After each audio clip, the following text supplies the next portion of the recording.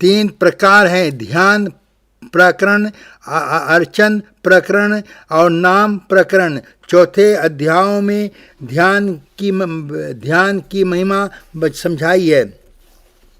सुखदेव जी महाराज कहते हैं, राजन, वासना 14वें स्थान पर रहती है।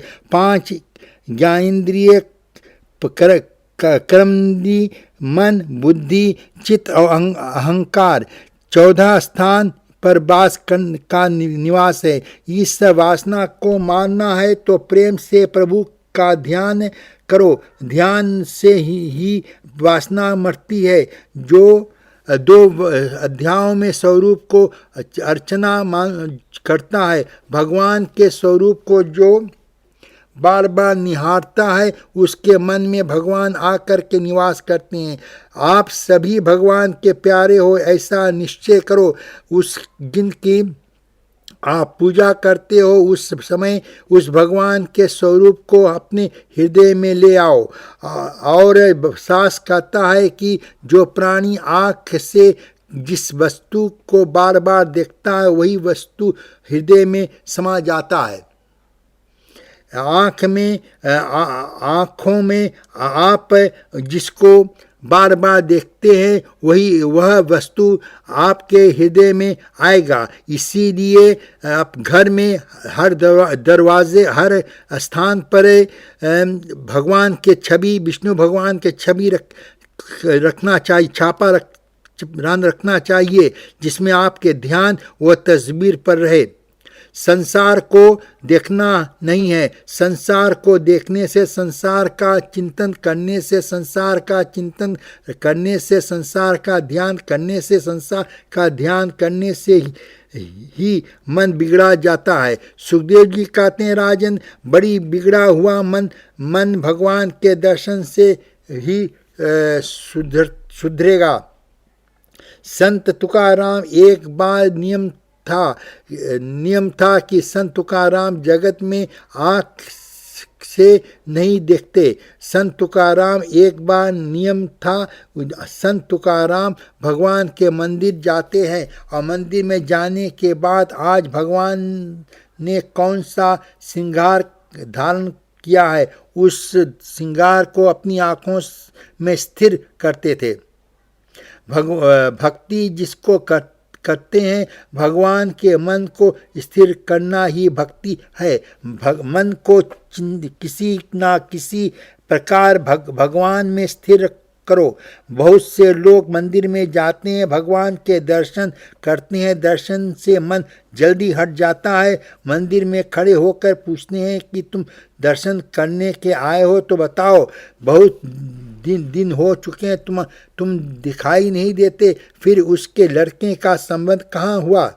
मंदिर में जाने के बाद संसार का चर्चा ना करो। मंदिर में जाने के बाद भगवान का दर्शन करो। भगवान के दर्शन में मन ना लगाओ। मंदिर के किसी कोने में बैठ कर के 10 से 5 मिनट भगवान का जप करो। संत तुकाराम मंदिर में विट्ठल भाई जी का नाम दर्शन करते हैं। संत तुकाराम ने नियम बना लिया कि जब तक मैं भगवान का दर्शन नहीं कर सकूं, मैं पानी भी नहीं पीऊँगा। संत तुकाराम दर्शन करते हैं। एक दिन ऐसा हुआ, संत तुकाराम अस्वस्थ हो गए। संत तुकाराम को बुखार आ गया। संत तुकाराम भगवान विट्ठल नाथ जी के मंदिर में भक्तों के दर्शन की भीड़ हो रही थी। भक्तों ने दर्शन में भगवान मगन हो तो है कि, लेकिन आज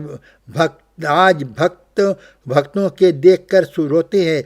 भगवान की आँखों से प्रेम आंसू निकल रहे हैं। रुक्मिणी जी ने पूछा, नाथ, इतने भक्तों के दर्शन करे आए हैं, आप रोते क्यों हो?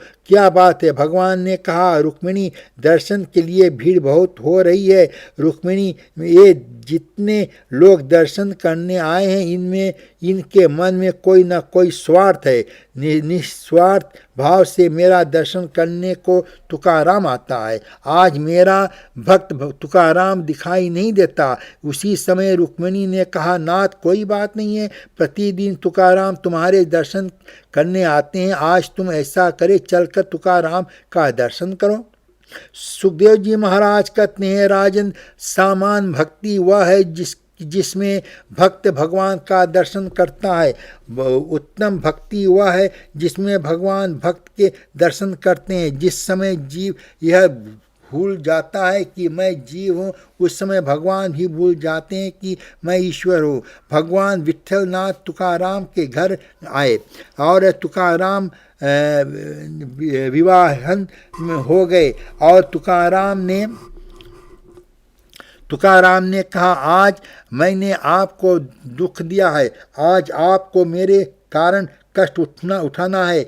आपको यहाँ तक आने में कितना कष्ट उठाना पड़ा है, आपको यहाँ तक आने का कितना कष्ट होगा। शास्त्र कहता है कि भगवान के साथ ऐसा प्रेम करो कि भगवान भी आपके बिना न रह सके। भगवान का नाम के साथ सत्य प्रेम करोगे तो भगवान आपके साथ में रहेंगे। सुखदेव जी महाराज ने कहा, राजन, पापों से मुक्त होना है, नरकों में जाने के से बचता है जो भगवान के नाम का आश्रय लो। उदाहरण अजामिल का दिया। अजामिल नाम का एक ब्राह्मण था। भगवान के नाम का आश्रय लेने से उसके सभी पाप नष्ट हो गए। कान कुंज देश में एक ब्राह्मण रहता था, उसका नाम था अजामिल। कान कुंज देश किसको कहते हैं? कौन कोज की कान कुंज स्थान है। कान कुंज देश में एक पवित्र ब्राह्मण रहता था जिसका नाम था अजामिल। अजामिल ब्राह्मण बहुत पवित्र था, विस्त्री काल संध्या करता था, गायत्री का जप करता था, सूर्य नारायण की उपासना करता था। अजामिल पवित्र तो था, लेकिन एक दिन अजामिल कुंसंग में पड़ गया। अजामिल जैसे कुंसंगी ब्राह्मण को पतित ब्राह्मण को भगवान के नाम तार दिया।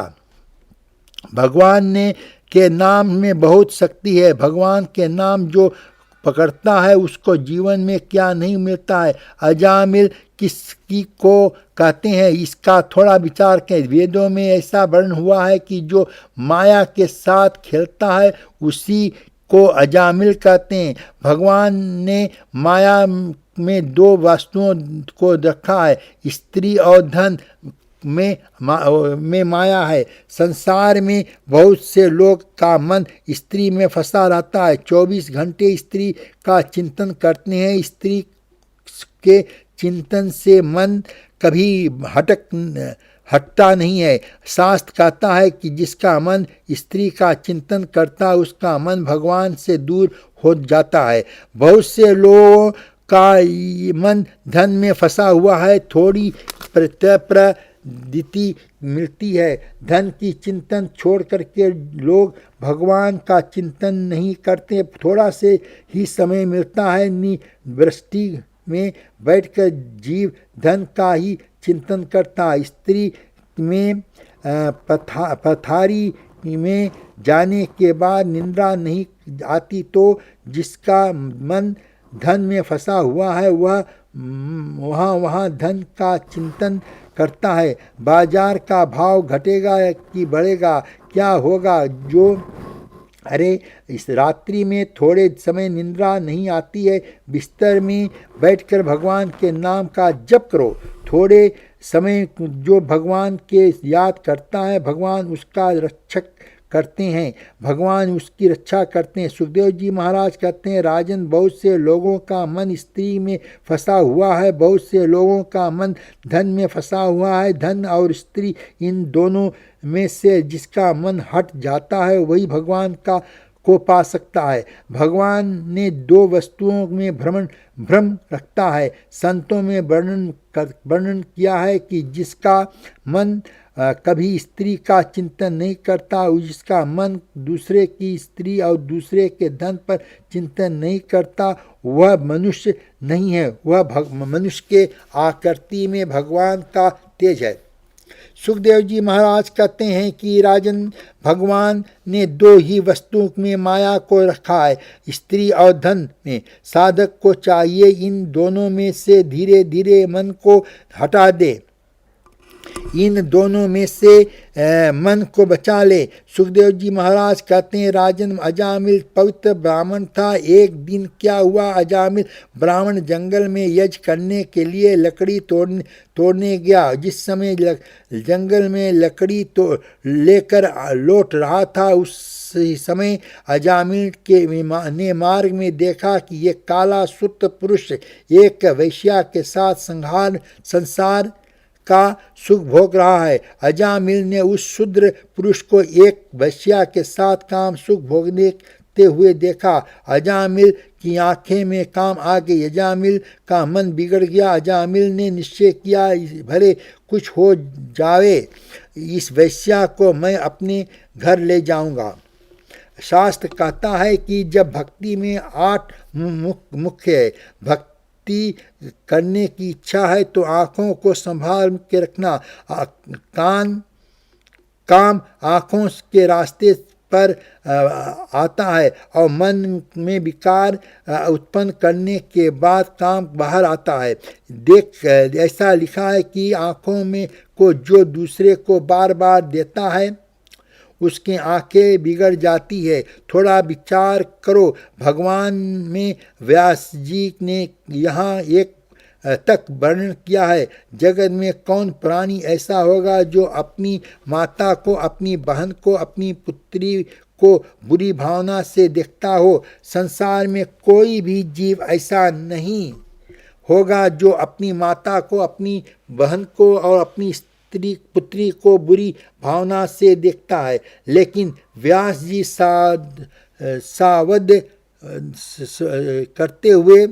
सावधान करते हुए उसको भक्ति करने की इच्छा। ऐसा साधक किसी भी स्त्री के पास एकांत में बैठे नहीं, क्योंकि मन बड़ा ही चंचल है। व्यास जी ने वर्णन किया है कि स्त्री का जो शरीर है वह अग्नि के समान है और पुरुष का जो मन है वह घी के समान भरा हुआ है। घी से भरा हुआ घड़ा यदि अग्नि में के समीप जाएगा तो उसकी क्या दशा होगी। शास्त्र कहता है साधक को सावधान रहना है। जिस स्त्री को भक्ति मार्ग में आगे बढ़ने की इच्छा है वह अपनी पति के शरीर के सिवाय किसी दूसरे के शरीर का स्पर्श ना करे। स्पर्श में मन में अनेक विकार जागृत होते हैं। कौन ऐसा पुरुष है जो होगा जो अपनी माता को, अपने बहन को, अपनी पुत्री को बड़ी भावना से देखता हो।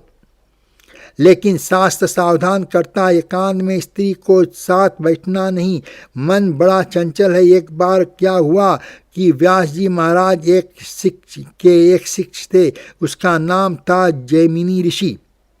जैमिनी ऋषि ने कहा, महाराज आप यह क्या लिखते हो? विद्वान हो, ज्ञानी हो, माता बहनों और पुत्रों की साथ नहीं बैठने चाहिए, यह सब गलत लिखते हो। इंद्रियां विद्वान हो अपनी ओर नहीं खींच सकती है, इंद्रियों तो मूर्ख को अपनी ओर खींचती है। व्यास जी ने कहा, बेटा तुझको समाधि में जो दिखाई देगा वही मैं लिखता हूँ, अपने मन में कुछ नहीं लिखता। भगवान जो प्रेरणा देते हैं वही लिखता हूँ। जैमिनी को अभिमान हो गया। जैमिनी ऋषि ने कहा, महाराज आप गलत लिखते हो। अरे विद्वान जो जानता है जगत क्या है, इंद्रियां क्या है, ईश्वर क्या है, उसको मन अपनी और क्या खींचेगा। व्यास जी महाराज ने कहा, बेटा मेरी बात तू मान जा, गुरु की बात में विश्वास करना चाहिए। जैमिनी ने कहा, मेरी समझ में नहीं आता, आप गलत लिखते हो। जीव को सभी के साथ बैठना है। अरे जिसका मन वश में है वह कहीं भी बैठ सके। जैमिनी को अभिमान हो गया। व्यास जी ने कहा, बेटा कोई बात नहीं है, मैंने जो लिखा है उसका उत्तर 1 महीने में दूंगा। जैमिनी ऋषि अपने आश्रम चले गए। व्यास जी महाराज अपने आश्रम में विराजमान थे। व्यास जी ने भगवान को वंदन करके कहा, महाराज मेरा शिष्य जो जैमिनी है उसके मन में अभिमान हो गया है। भगवान समझ गए। जैमिनी ऋषि अपने आश्रम में गए। जैमिनी ऋषि जिस समय अपने आश्रम में पहुँचे उसी समय आश्रम के चारों बादल छा गया और जोर जोर से बरसाते गिरने लगे। वर्षा होने लगी। उसी वर्षा में एक जवान कन्या भीग रही थी, अविवाहित थी, उसका विवाह नहीं हुआ था। भगवान की माया ने लीला की। कन्या बरसात में भीग रही थी। जैमिनी ऋषि ने उस कन्या को कहा, बेटी मेरे आश्रम में आ जाओ। जब बरसात बंद हो जाएगा तब तुम अपने गांव को चली जाना। जब कन्या ने जैमिनी ऋषि को दूर से वंदन किया और कहा, महाराज आज मैं युग में किसी का विश्वास नहीं करना चाहिए। जैमिनी ऋषि ने कहा, कन्या हम ऐसा महर्षियों का समाज विश्वास नहीं करेगा तो किसका करेगा। जैमिनी ऋषि ने कन्या को कहा, बेटी चिंता ना करो, तुम मेरी धर्म की बेटी हो, तुम मेरी धर्म की पुत्री हो, चिंता ना करो, मेरे आश्रम में आ जाओ। मैं जानता हूँ मेरे मन के ऊपर मेरा विश्वास है और मेरा मन निर्विकार है। कन्या को बहुत समझाया। कन्या आश्रम में आया। जैमिनी ऋषि ने उस कन्या को बल कर वस्त्र दे दिए। कन्या को कहा, अपने गीले वस्त्रों को सूखने डाल दो। प्रातःकाल जब तुम्हारे वस्त्र सूख जाएंगे अपने वस्त्रों को पहनकर चली जाना। मेरे बलकर वस्त्रों को उतार देना। कन्या जैमिनी ऋषि के यहाँ विश्राम करती है। प्रातःकाल का समय हुआ। आकाश निर्मल हो गया। सूर्य नारायण उदय हो गए। कन्या ने कहा कि मैं जाना चाहती हूँ। जैमिनी ऋषि ने कहा, प्रेम से अपने गांव जाओ। बेटी समय पड़े तो फिर यहाँ आना। उसी समय कन्या ऋषि के बल पर वस्त्रों को उतारने लगी, अपने वस्त्रों को पहनने लगी। उस समय जैमिनी ऋषि की दृष्टि कन्या के शरीर पर पड़ी। काम के आँखों के द्वारा मन में प्रवेश किया। जैमिनी ऋषि का मन चंचल हो गया। जैमिनी ऋषि ने कहा, यह बताओ तुम्हारा विवाह हुआ है कि नहीं। शास्त्र कहता है कि जैमिनी ऋषि कन्या को पूछती है, तुम्हारा विवाह हुआ कि नहीं। इससे सिद्ध होता है कि जैमिनी ऋषि का मन में काम का विकार है। अरे जिसने संसार को छोड़ दिया, जिसने साधु का वेश ग्रहण कर लिया, उसको किसी से पूछने का अधिकार नहीं है कि तेरा विवाह हुआ या नहीं हुआ। साधु होने के बाद, सन्यासी होने के बाद जिसकी गृहस्थ की चर्चा करने की आनंद की अनुभूति होती है, समझ लेना उसके मन में वैराग्य नहीं है, उसके मन में विषय भरे हुए हैं। अरे जिसके भगवान के में लिए घर छोड़ा है और वह भगवान की चर्चा करता है, विषयों का चर्चा नहीं करता। कन्या ने कहा, महाराज आप मुझसे विवाह के लिए पूछते हो, मैंने तो यह समझ लिया कि इस जन्म में मेरा विवाह नहीं होगा। मैं तो ऐसा मानती हूँ इस जन्म में कुमारी रहूंगी। जैमिनी ऋषि ने कहा, इसका कारण क्या है? कन्या ने कहा, महाराज, मेरे पिता की 2 प्रतिज्ञा है, उन प्रतिज्ञाओं को कोई स्वीकार नहीं करता। जैमिनी ऋषि ने कहा, तुम्हारे पिता की क्या प्रतिज्ञा है? कन्या ने कहा, महाराज, पहली प्रतिज्ञा है यह है कि मेरे पिता ने संकल्प किया है कि जो मेरा दामाद बनना चाहे वह पहले अपना काला मुंह करे, और काला मुंह करने के बाद मेरे पिता के दूसरी प्रतिज्ञा यह है कि हमारे गांव से 2 मील दूर एक दुर्गा माता का मंदिर है। मेरे पिता को पीठ पर बैठाकर जो दुर्गा माता तक ले जाएगा उसी के साथ मेरा पिता का विवाह होगा। इसलिए ना कोई काला मुंह करता है और ना कोई दामाद मेरे पिता को पीठ पर बैठाने के तैयार है, इसलिए मैं अभी तक कुंवारी हूँ, मेरा विवाह नहीं हुआ है। जैमिनी ऋषि ने एक विचार किया, इतनी सुंदर कन्या है, इसके साथ कोई विवाह करने का तैयार नहीं है। जैमिनी ऋषि ने सोचा, थोड़ा मुंह काला करने से कितनी सुंदर कन्या मिलती हो तो क्या बात है। जैमिनी ऋषि ने कहा, कन्या, कोई चिंता की बात नहीं है, मैं तेरे साथ विवाह करने को तैयार हूँ। शास्त्र कहता है, काम की प्रबलता देखो। जैमिनी ऋषि, जिसको धर्म की बेटी कहते हैं, आज उसी के साथ विवाह करने को तैयार है। जैमिनी ऋषि ने कहा, तेरे ही प्रतिज्ञा को मैं स्वीकार करता हूँ। कन्या दौड़ करके जाने लगी। जैमिनी ऋषि ने कहा, कन्या, यह तो बताओ, तुम्हारे पिता को पीठ पर बैठा कर ले तो जाऊंगा। यह जानने की इच्छा है कि जिस माँ दुर्गा के मंदिर में मैं तुम्हारे पिता को ले जाऊंगा, उस दुर्गा का मंदिर में कोई रहता है कि नहीं? कन्या ने कहा, महाराज, कोई नहीं रहता, एक बूढ़ा पुजारी रहता है, कभी रहता है कभी नहीं रहता। यह पूछने का क्या बताता है कि जीव पाप करना चाहता है और यह भी चाहता है कि मुझको कोई देखे नहीं। शास्त्र कहता है, भय करता है तो भगवान का करो। कभी करने के लिए एकांत के में समय भी मिले तो मन का समझाना। मन जहाँ पाप करने को बैठा है वहाँ क्या यहाँ तेरा भगवान विराजमान नहीं है? थोड़ा विचार करें कि जो सरकार 5 वर्ष में बदल जाती है, उस सरकार का गुप्तचर उस सरकार की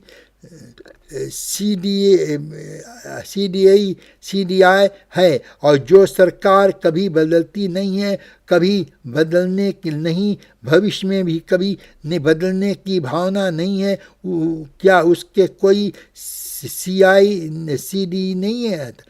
अच्छे स्कंद में पहले अध्याय में सुखदेव जी महाराज भगवान के 14 CDI कहते हैं, जीव दिन में पाप करता है, सूर्य नारायण देख रहे हैं, रात्रि में जो पाप करता है चंद्रमा देख रहे हैं। मानव ऐसा मानता है कि घर का दरवाज़ा बंद है, यहाँ मुझे देखने वाला कोई नहीं है। याद करना, बुद्धि के द्वारा समझाना कि मन इस कमरे के अंदर जो पाप कर रहा है वह धरती माता गवाही देती है कि हाँ महाराज, इस प्राणी ने मेरे ऊपर पाप किया है। पाप करने से जिसको शांति मिलती है, मन को बार बार समझाना। कन्या ने कहा, महाराज, दुर्गा के मंदिर में कोई नहीं रहता। उसी समय जैमिनी ऋषि ने अपना काला मुंह किया, कन्या को पिता के पीठ पर बैठाया, देवी के मंदिर की ओर जाने लगा। जैसी ही जैमिनी ऋषि ने देवी के मंदिर में प्रवेश की, वहीं पर व्यास जी महाराज प्रकट हो गए, और व्यास जी भगवान महाराज ने 9 स्कंद के श्लोक में को पढ़ने लगे कि इसका अर्थ है चतुर साधक को एकांत में किसी स्त्री के पास नहीं बैठना चाहिए। शास्त्र कहता है जिस स्त्री को भक्ति मार्ग में बढ़ने की इच्छा है वह पति के सिवाय किसी दूसरे पुरुष के अंग का स्पर्श न करे। सुखदेव जी महाराज कहते हैं कि राजन अजामिल जंगल में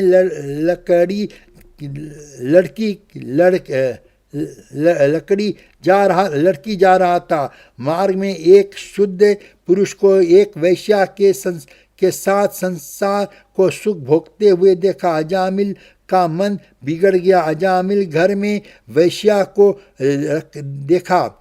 शास्त्र कहता है कि पाप करता है उसको सुधारने के लिए कभी कभी भगवान संतों को भेजते हैं। भगवान ने कहा कि यह अजामिल मेरा अंश है, मेरा जीव है, इसका जीवन सुधार जावे तो अच्छा है। मरण से पहले इसका जीवन सुधर जाता है। इसका मरण मंगलमय होता है और इसका जीवन मरण से पहले बिगड़ा हुआ है। मरण के कारण में भी शुद्धता नहीं है। इसका मरण अमंगल होता है। अजामिल के पास संतों को भेजा।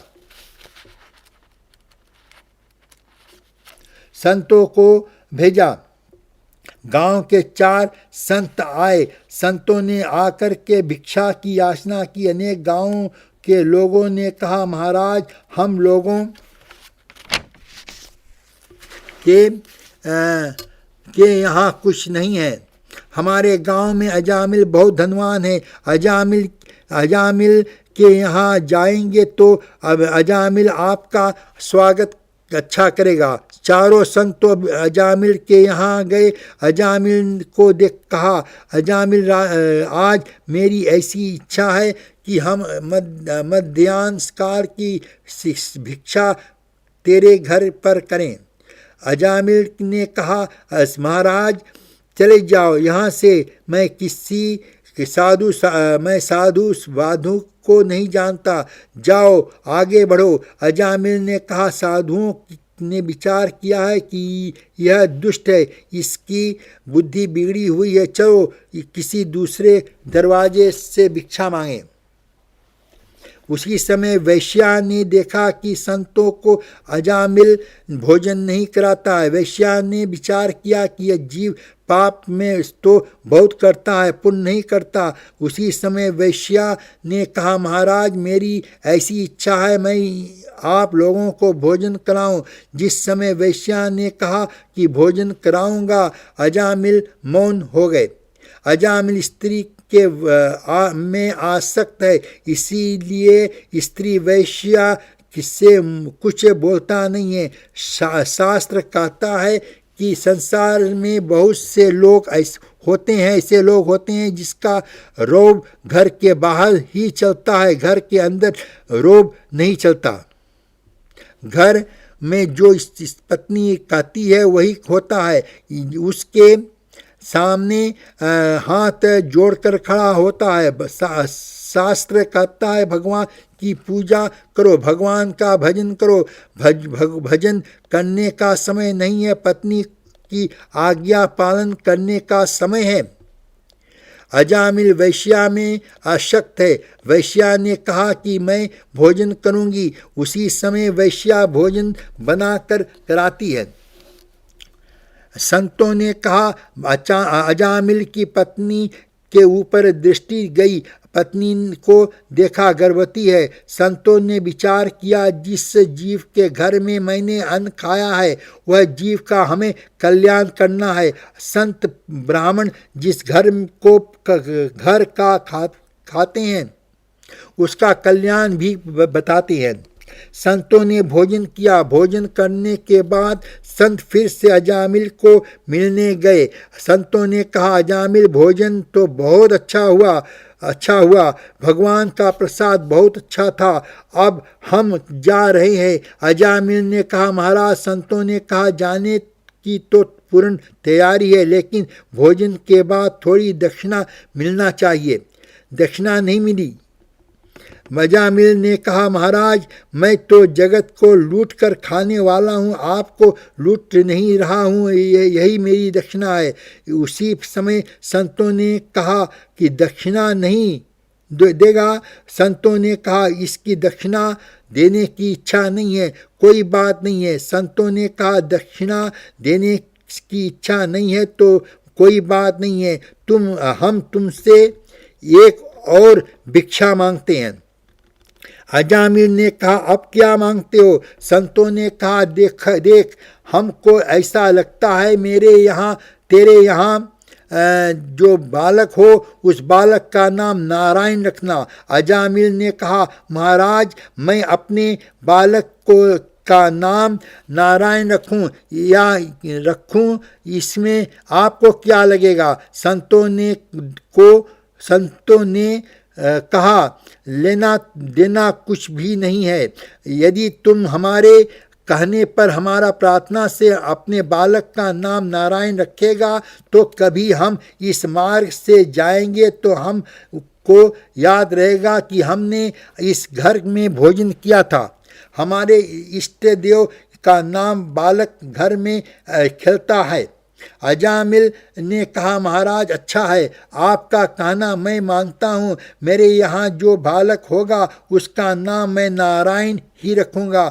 सुखदेव जी महाराज कहते हैं, राजन थोड़े दिनों के बाद अजामिल के यहाँ एक छोटा सा बालक हुआ, उसका नाम अजामिल ने नारायण रखा। शास्त्र में ऐसा वर्णन होता है कि छोटे बालक में माता पिता को बहुत प्रेम होता है। अजामिल जिस समय नारायण को पुकारता है, बेटा नारायण भोजन का समय है, आ जाओ भोजन करो। नारायण पढ़ने के समय हो गया, रामायण पढ़ने का समय हो गया, जाओ। नारायण सोने का समय हो गया, जाओ। जितनी बार पुत्र को नारायण बुलाता है उतनी बार उसके मुख से भगवान का नाम निकलता है। इसीलिए हर एक को चाहिए अपना पुत्र का नाम भगवान के नाम रखें। भगवान के 1000 नाम है, 1000 नाम है। और अगर टॉम, मेरी, डिक इत्यादि अंग्रेजी नाम रखोगे तो आपके मुख से भगवान का नाम कम निकलेगा, भगवान के नाम के जाप का संख्या कम होगी। उसी समय काल ने अजामिल के सिर पर चोट मारी। काल ने अजामिल को देखा। काल से सेवक अजामिल को लेने के लिए आए। अजामिल ने काल के सेवकों का दर्शन किया। अजामिल घबरा गया, व्याकुल होकर के मुझको बुलाया, बेटा नारायण कहाँ है, मेरी रक्षा करो। अजामिल तो अपने पुत्र नारायण को बुलाया था और नारायण शब्द को सुन करके भगवान के पार्षद अजामिल के पास पहुंच गए। भगवान के पार्षद कहते हैं, अजामिल को हम ले जाएंगे। यम के पार्षद कहते हैं, अजामिल को हम ले जाएंगे। दोनों में झगड़ा हुआ। उसी समय यम के सेवकों ने कहा, महाराज आज भगवान के सेवक, आप भगवान के सेवक हैं, आप थोड़ा विचार करो कि मैंने वैकुंठ में नारायण को याद नहीं किया। मैं इसमें तो अपने पुत्र को याद किया था। अंतकाल में इसके पुत्र में आसक्ति है, इसलिए इसको हम ले जाएंगे। भगवान के सेवाओं को ने कहा कि भले कुछ भी हो जाए, इसने हम अपने पुत्र को बुलाया तो क्या हुआ, इसने हमारे इष्ट देव का नाम तो लिया है, हम नहीं जाने देंगे।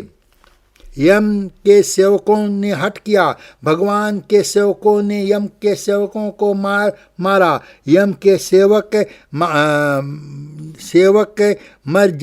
मार खाने के बाद यम लोग गए। यमराज ने कहा, क्यों दुखी हो गए हो? यमराज ने के सेवकों ने कहा, महाराज, आज मैं अपने ऐसा निश्चय किया है कि हम जगत में किसी को लेने नहीं जाएंगे, तो जगत में रहने का स्थान बचेगा।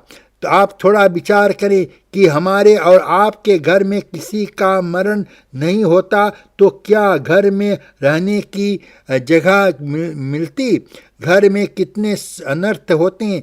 कोई संपत्ति को छोड़ने को तैयार नहीं होता। भगवान ने मृत्यु को बहुत सोच समझकर बनाया है। मृत्यु जब मस्तक पर है, जब जीव संसार में इतना फंसा हुआ है, और मृत्यु यदि मस्तक पर नहीं होती तो जीव की क्या दशा होती।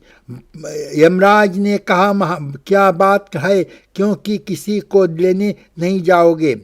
यम के सेवकों ने कहा, महाराज, हम अजामिल को लेने को गए। अजामिल हमको देख करके भयभीत हो गया और अजामिल अपने पुत्र नारायण को पुकारा। उस शब्द को सुन करके भगवान के पार्षद वहाँ पहुँच गए। उन्होंने हमको पीटा, हमको मारा, इसलिए हम जगत में किसी को लेने नहीं जाएंगे।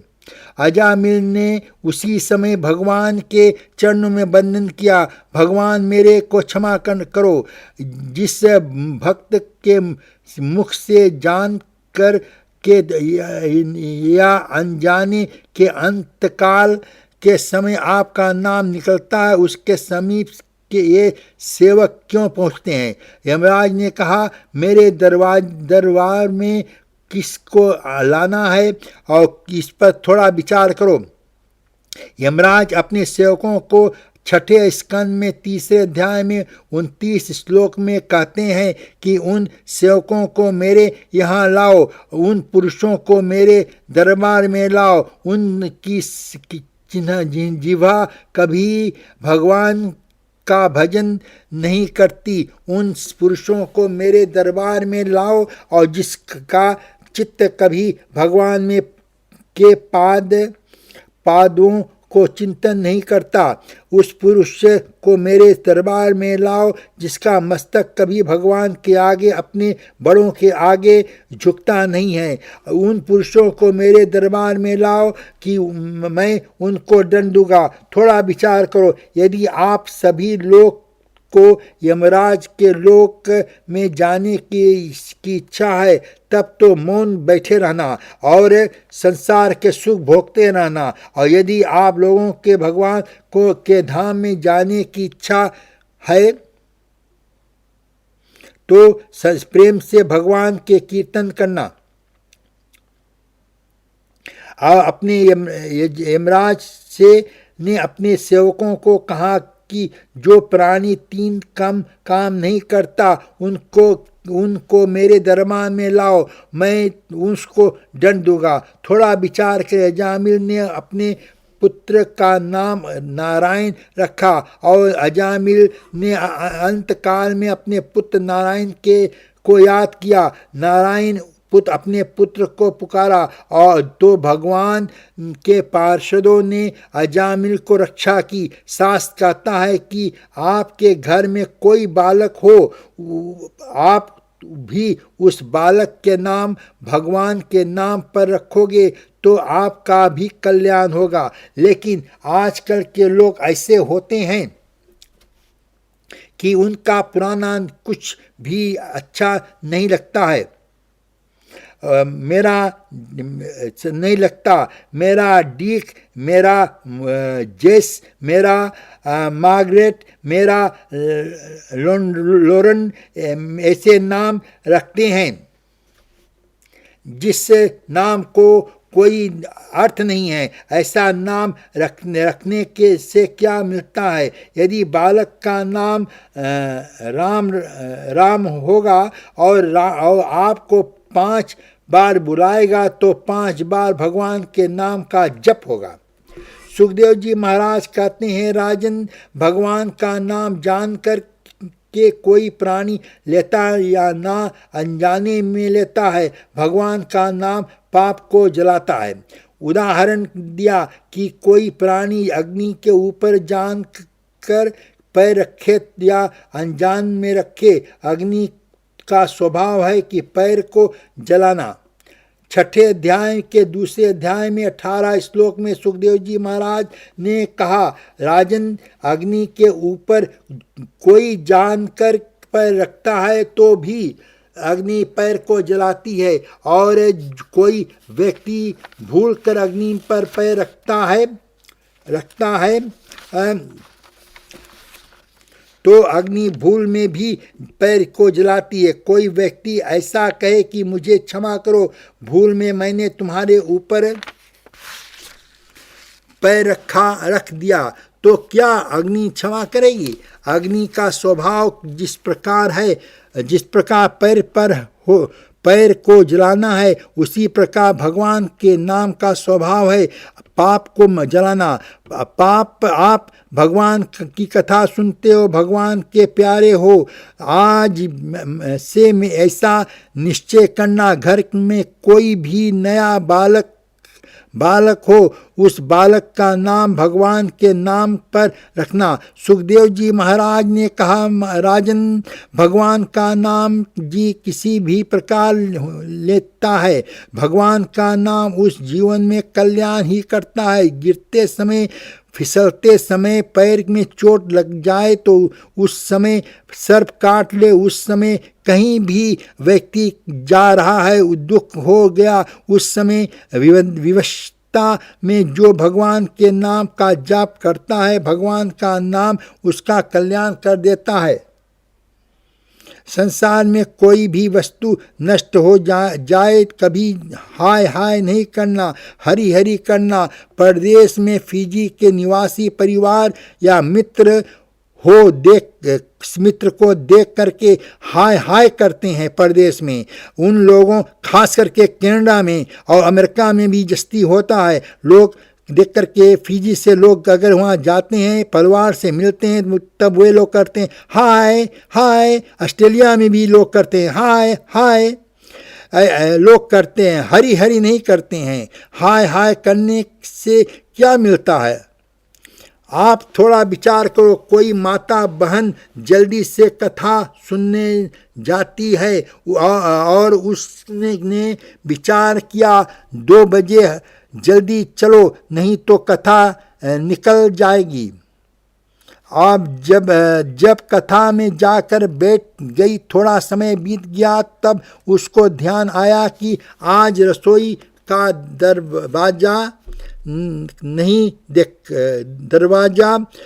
देखा, दरवाज़ा खुला था या बंद था। यदि आज पर दरवाज़ा खुला रह गया होगा तो आज बिल्ली सारे दूध को पी जाएगी। विचार करती है, चलो चल करके देख जाऊं। दूसरे क्षण विचार आता है कि चलो जो होगा सो होगा, अब कथा को छोड़कर कौन जाएगा। सायंकाल कथा पूर्ण होगी। आरती होने के बाद, प्रसाद ग्रहण करने के बाद माता घर पर पहुंची। जाकर के देखा तो वास्तव में रसोई का दरवाज़ा खुला हुआ था। एकदम से अंदर गई और जाकर देखा तो जितना दूध रखा हुआ था वह बिल्ली पी गई। आप थोड़ा विचार करो कि जिस समय बिल्ली दूध को पी जाती है, उस समय माता बहनों के मुख से यह अचानक निकलता है, हाय हाय बिल्ली आज दूध पी गई।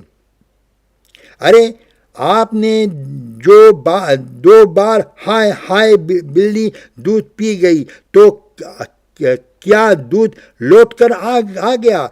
दूध तो चला गया, पर अब हाय हाय करने से क्या हो? इसलिए आपको 2 बार हाय हाय के स्थान पर ये कहो, हरी हरी आज तो बिल्ली दूध पी गई, हरी हरी आज तो बिल्ली दूध पी गई, हरी हरी आज तो बिल्ली दूध पी गई। वो तो बार बार आप ही हरी हरी का नाम लिए तो 2 बार हरि का नाम भी हमारा आपका कल्याण करेगा।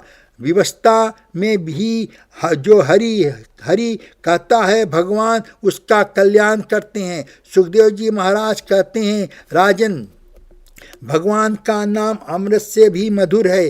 भगवान के नाम को जो पकड़ता है भगवान का नाम उसका कल्याण करता है। सुखदेव जी महाराज कहते हैं, राजन, भगवान से भी अधिक शक्ति भगवान के नाम पर है। आप थोड़ा विचार करो, भगवान श्री राम जब इस धराधाम पर रहे होंगे, भगवान ने कुछ लोगों का उद्धार किया होगा और भगवान के नाम ना जाने कितने लोगों को भगवान के नाम उद्धार कर रहा है, ना जाने कितने लोगों का उद्धार करेगा। व्यवस्था में जो भगवान के नाम का जाप करता है भगवान का नाम का कल्याण करता है। आप थोड़ा विचार करो, भगवान से भी अधिक शक्ति भगवान के नाम है।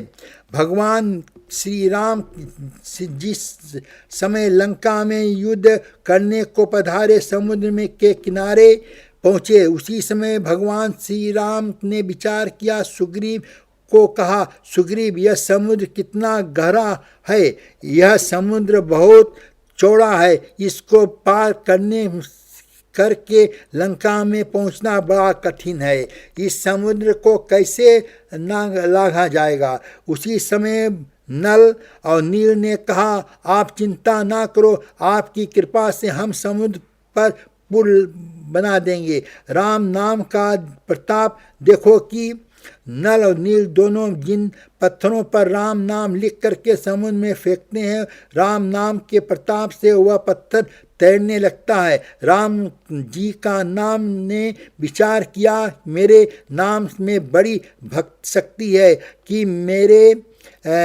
मेरे नाम के प्रताप से पत्थर तैर रहा है। जो पत्थर पानी में डूब जाता है, तेरे मेरे नाम से में इतनी शक्ति है कि वह पत्थर भी तैरने लगता है। राम जी को बड़ा दुख हुआ। राम जी महाराज बड़े प्रसन्न हो गए। एक दिन राम जी ने विचार किया कि अभी बांदरों ने मेरा नाम लेकर पत्थरों को फेंका, पत्थर तैरने लगा। आज मैं स्वयं पत्थर को फेंक रहा हूँ और मेरा फेंका हुआ पत्थर तैरता है कि नहीं तैरता। रामचंद्र जी ने विचार किया, चलो एकांत में चले, यदि कदाचित पत्थर डूब गया तो मेरी बदनामी नहीं होगी। इसलिए श्री रामचंद्र जी महाराज एकांत में गए। चारों ओर देखा कि यहाँ कोई नहीं दिखाई देता है। राम जी महाराज ने एक छोटा सा पत्थर उठाया तो समुद्र में फेंक दिया। वह पत्थर समुद्र में डूब गया। रामचंद्र जी महाराज को आश्चर्य हुआ, क्या बात है, मेरे नाम का पत्थर तैरता है और जो पत्थर मैंने फेंका वह डूब गया, क्या बात है। रामचंद्र जी ने विचार किया, हो सकता है कि इस पत्थर में कुछ कमी होगा। रामचंद्र जी दूसरा पत्थर उठाया, दूसरा पत्थर समुद्र में फेंका, वह पत्थर भी समुद्र में डूब गया। अब तो रामचंद्र जी महाराज को दुख हुआ कि मेरे द्वारा पत्थर डूब गया है, मेरे नाम का पत्थर तैरता है। श्री रामचंद्र जी ने कहा, चलो कितना अच्छा है कि यहाँ पर कोई देखने वाला नहीं है। उसी समय क्या हुआ, श्री रामचंद्र जी महाराज के पीछे देखा, हाथ जोड़कर के दास का सेवक हनुमान जी खड़े हैं। श्री रामचंद्र जी ने कहा, तुम यहाँ कब आए हो? हनुमान जी ने कहा, महाराज मैं आपका सेवक हूँ, कभी असत्य भाषण नहीं करता। आप पूछते हो मैं यहाँ कब आया, आपने पहला पत्थर समुद्र में फेंका तभी मैं यहाँ खड़ा रहा हूँ। रामचंद्र जी ने हनुमान से, हनुमान तुम हमेशा मेरे सेवा में मत रहा करो, कभी तो मुझको व्यक्तिगत कार्य भी करना होता है, तुम यहाँ से चले जाओ, आज से मेरी आज्ञा है, हमेशा मेरे साथ मत रहो। हनुमान जी की आंखों में आंसू निकलने लगे कि आज तो स्वामी मेरे ऊपर नाराज हो गए हैं। हनुमान जी महाराज रोने लगे और राम जी ने कहा, हनुमान रोने से कुछ नहीं होगा, आज मुझे दुख होता है कि मैंने पहला पत्थर समुद्र में फेंका, वह पत्थर समुद्र में डूब गया। यह दृश्य को तुमने देखा है। अब तुमको अभी सभी बानरों से कहोगे कि राम का नाम का प्रताप से पत्थर तैरता है, राम जिस पत्थरों को फेंकते हैं वह पत्थर डूब जाता है। सभी लोगों को तुम ऐसा बोलोगे, मेरी निंदा करोगे, इसलिए मैं कहता हूँ कि तुम मेरे साथ मत रहो।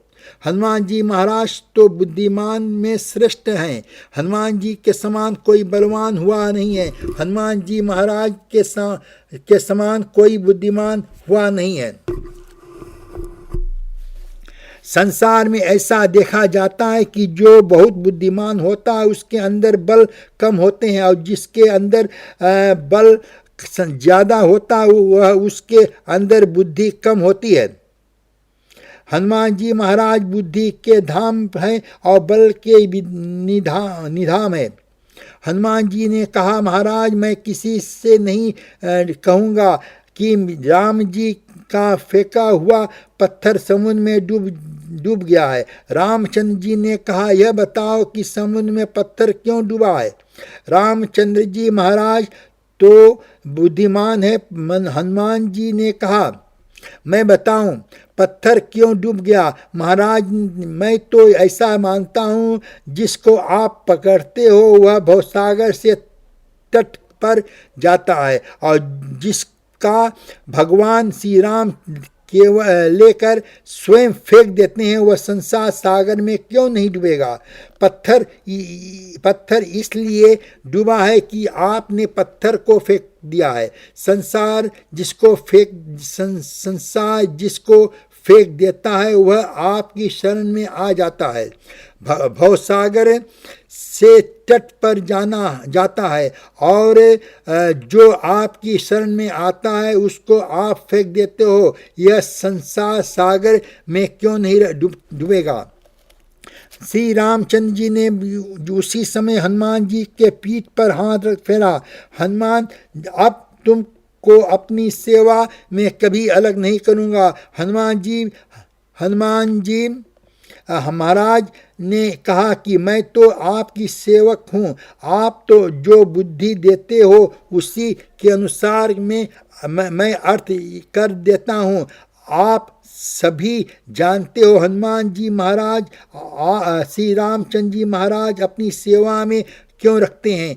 थोड़ा विचार करो। हनुमान जी महाराज जगत के एक काम ऐसा किया जिसके कारण हनुमान जी की पूजा होती है। श्री रावण के जीवन में एक काम ऐसा किया जिसके कारण रावण की पूजा नहीं होती है। हनुमान जी कौन सा काम किया, रावण ने कौन सा काम किया, यह काम नहीं करना, इस पर थोड़ा विचार करें। भगवान श्री राम पंचवटी में विराजमान है। भगवान श्री राम वन में विराजमान हैं। भगवान श्री राम सीता के साथ बैठे हुए हैं। भगवान श्री राम सीता के पास बैठे हुए हैं। रावण मारीच को लेकर गया, मारीच सोने की हिरण बन गया। सीता ने सोने के हिरण को देखा। सीता ने राम जी को कहा कि जाकर के इस हिरण को तैयार के लाओ। रामचंद्र जी महाराज हिरण को लेने जाते हैं। रावण ने देखा कि पंचवटी में सीता जी अकेली है। रावण साधु का वेश बना कर गया और सीता जी को चुरा ले आया। जो भगवान और माता जानकी जी पास बैठते थे। रावण ने क्या किया है, सो सीता जी को चुरा लिया। सीता जी राम को अलग अलग कर दिया। और हनुमान जी महाराज ने क्या किया, राम जी का संदेश ले जाकर के लंका में सीता को दिया और सीता का संदेश ला करके राम जी को दिया। और जब रावण मर गया तो सीता जी को लाकर के श्री राम जी से मिला दिया। और जो दूसरे को अलग करता है वही रावण है और जो दूसरे को मिलाता है वही हनुमान है।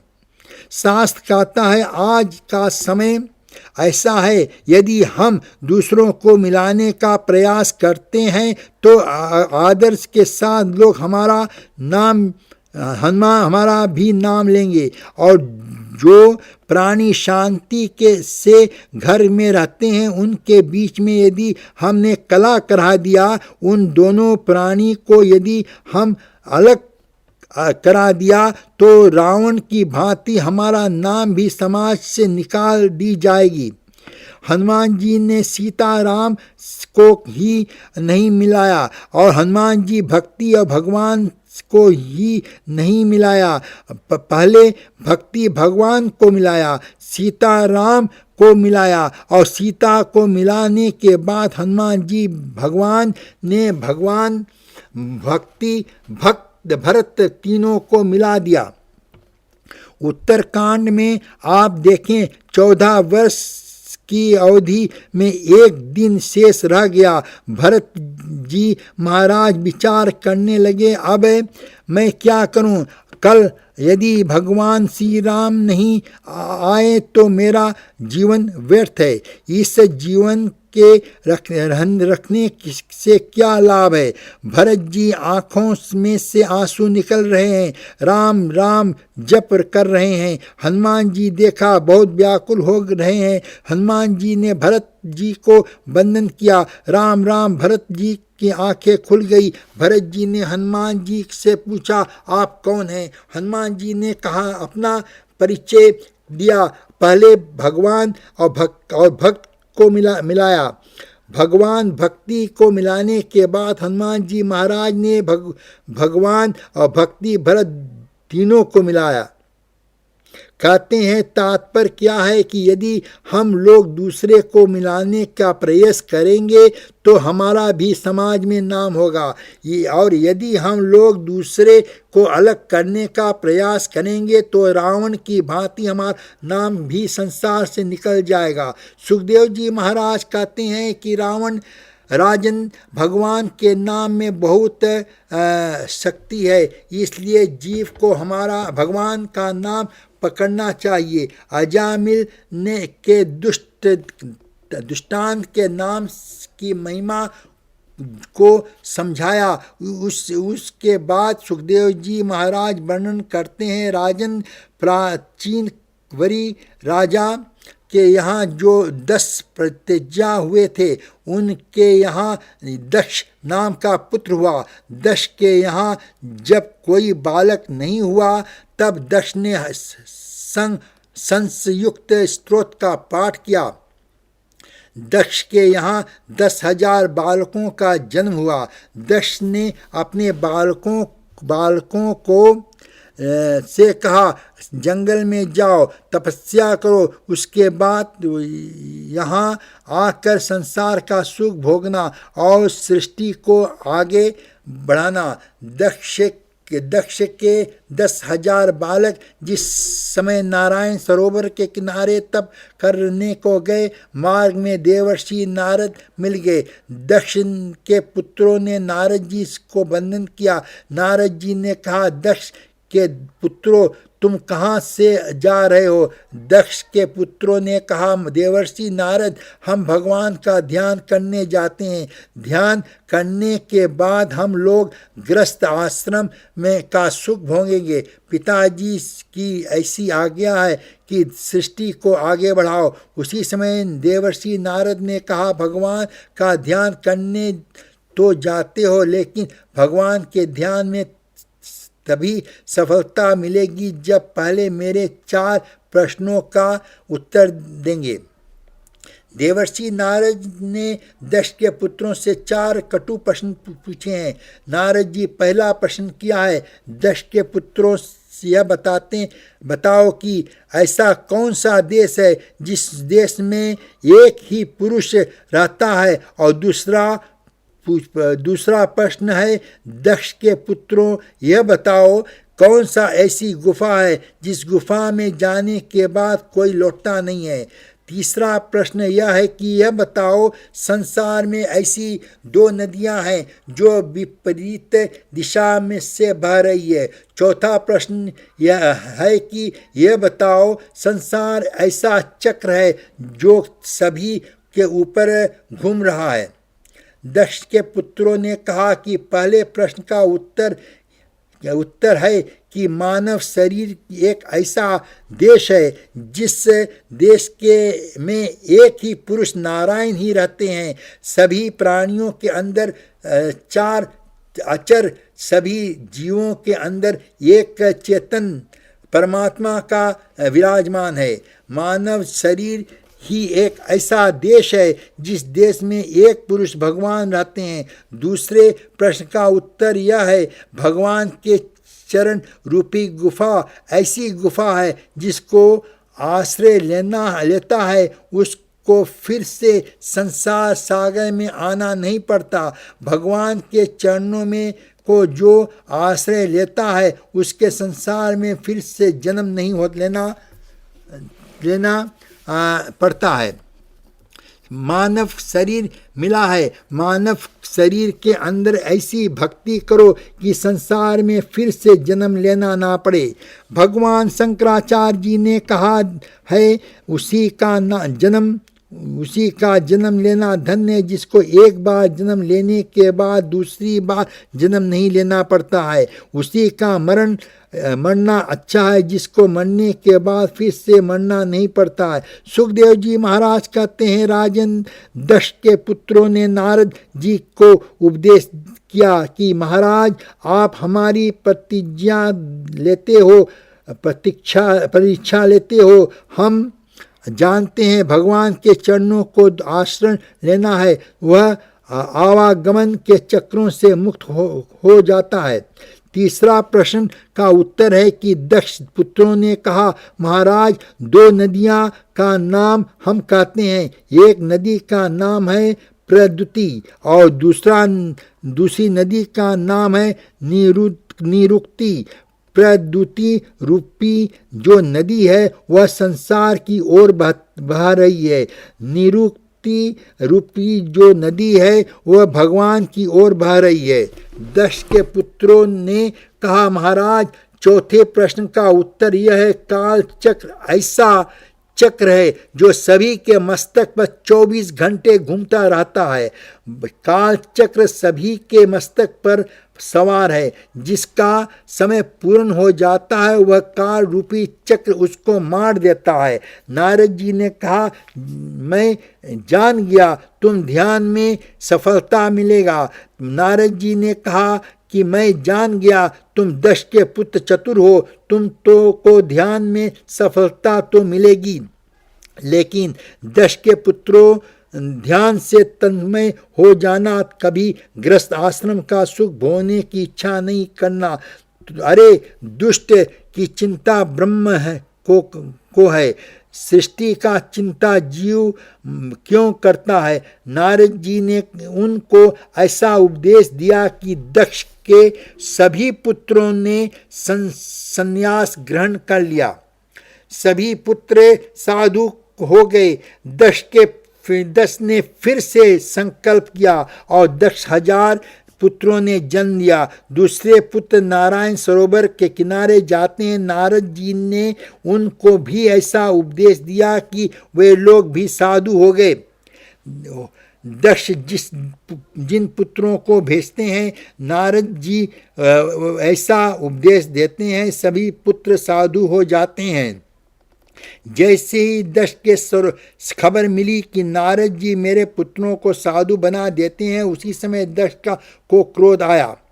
दक्ष नारद जी के समीप आए। दक्ष ने कहा, नारद क्यों चिंता करते हो? तुमने मेरा घर बिगाड़ा है। मेरे घर में किसी बालक को रहने नहीं दिया है। तुमने मेरे सभी बच्चों को साधु बना दिया है। जाओ, मैं तुम्हें श्राप देता हूँ। आज से तुम कहीं स्थिर नहीं रह पाओगे। नारद जी ने कहा, दक्ष तुम मेरे को श्राप देते हो, मैं तुमको आशीर्वाद देता हूँ कि तुम्हारे यहाँ एक भी बालक नहीं रहेगा, तुम्हारे यहाँ कन्याओं का जन्म होगा। नारद जी ने ऐसा श्राप दिया। दक्ष के यहाँ किसी बालक का जन्म नहीं हुआ, बल्कि 8 कन्याओं का जन्म हुआ। एक कन्या के यहाँ 12 बालकों का जन्म हुआ, जिसमें एक बालक का नाम था तोवण। तोवण का पुत्र विश्वरूप हुआ। सुखदेव जी महाराज कहते हैं, राजन, एक समय की बात, देवताओं ने गुरु बृहस्पति महाराज इंद्रलोक में गए। इंद्र ने उठकर अपने अभिमान में उनका स्वागत नहीं किया। बृहस्पति महाराज को बुरा लगा।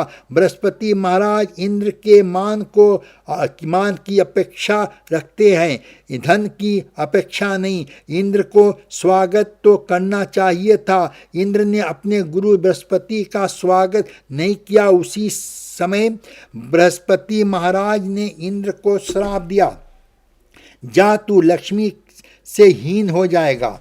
तेरे लिए इंद्र लोक की राह हार होगी। इंद्र व्याकुल हो गया। राक्षसों की ज्ञात हुआ कि बृहस्पति ने इंद्र को श्राप दिया है। उसी समय देवों के राक्षसों के ऊपर आक्रमण कर दिया। राक्षसों और देवों में भयंकर युद्ध हुआ, जिसमें राक्षस की विजय हुई। इंद्रलोक का राज राक्षसों को मिल गया। देवताओं लोग व्याकुल होकर के इंद्र के साथ ब्रह्मा जी की शरण में गए। ब्रह्मा जी ने इंद्र से पूछा, इस समय कहाँ क्यों आए हो? इंद्र ने ब्रह्मा जी से चरणों वंदन किया। ब्रह्मा जी को कहा कि हे प्रभु, हमारा राज राक्षसों ने छीन लिया है, हमको हमारा राज मिलना चाहिए। उसी समय ब्रह्मा जी ने कहा, इंद्र तुमको तुम्हारा राज नहीं मिलेगा, तुम ब्राह्मणों की सेवा नहीं करते। बृहस्पति ऐसे ब्राह्मण तुम्हारी सेवा में आए, तुम्हारे घर आए और तुमने उठ कर के बृहस्पति ब्राह्मण का आदर स्वीकार सत्कार नहीं किया है। इंद्र ने कहा, ब्राह्मण जी, हमसे बड़ी भारी भूल हो गई है, हमको क्षमा करो। अब हमें ऐसा कोई ब्राह्मण बताओ जिसका हम सेवा करें। उसी से ब्रह्मा जी ने कहा, इस समय तोवण का पुत्र विश्वरूप है। तोवण का पुत्र विश्वरूप